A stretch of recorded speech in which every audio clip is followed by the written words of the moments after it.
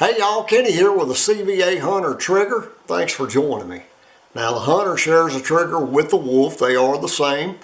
They can be a little tricky to take apart and put back together, but if you have a few minutes, I'll show you how that's done.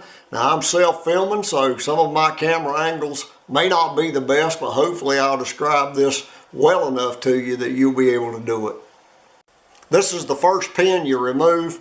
It holds the trigger guard and the trigger in the frame. When you drive this out, you're going to have a spring, the trigger, the guard, and the pin. Set a block of wood on your table to support the frame and take a pin punch and drive the pin out. To get all that back together, you're going to need a 3/16 pin, roughly 700 thousandths long. You can go buy a piece of 3/16 rod and make one, or you can cut off a drill bit, or just get a wooden 3/16 dowel and cut it off. I found the wooden dowel works better because it's less prone to fall out when you're trying to get this assembly back in the frame. If you're taking this apart for the purpose of reducing trigger pull, this is as far as you need to go. The only reason you'd remove the hammer would be if you had a broken hammer or return spring, or if you just want to smooth up the moving parts. Now I have tried to find a replacement spring for this rifle that will reduce the trigger pull without success. So I modified the original spring to reduce my trigger pull. I am not recommending that you do that. I do not know your skill set.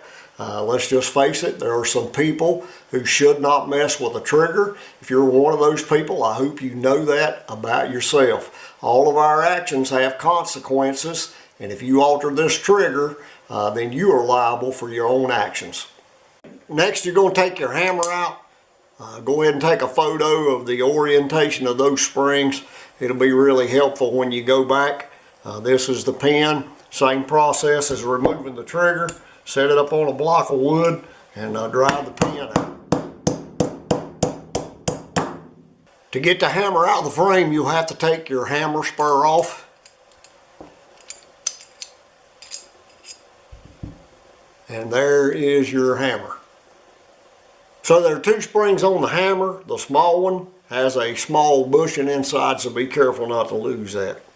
I used a little metal polish and polished up my trigger parts to make it smoother. I'm not recommending you do that because there is risk involved. Whatever you do, do not remove metal and change the shape of the sear, polish only.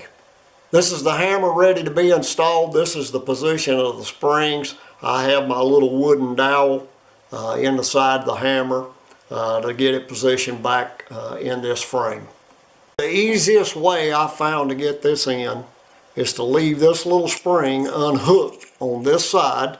Make sure that the other end of that spring goes in the little socket that's machined into your frame. You'll see what I'm talking about when you look down in there. Then before you put the pin in, you can cock this over and latch this spring. So when you put it in, you'll have this on this side, but you'll make sure the other end goes into the pocket that it's supposed to go in.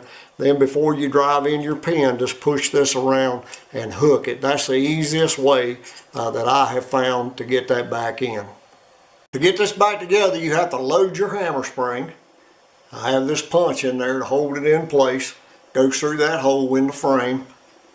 Then you're going to take your trigger and you're going to hook this under the frame. Then you pull the trigger all the way back, insert it in the frame, push down firmly. What you're pushing against is this hammer spring. You can see it's unloaded.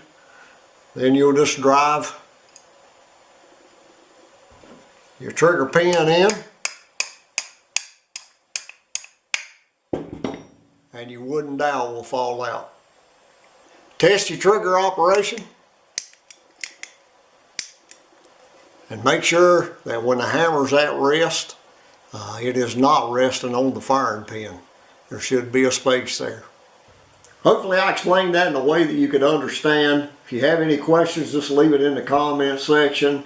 If you haven't seen my CVA Hunter Scout accuracy tips video, then be sure to check that out. If you're not a subscriber, subscribe so you'll get notified of future videos. And thanks again for watching.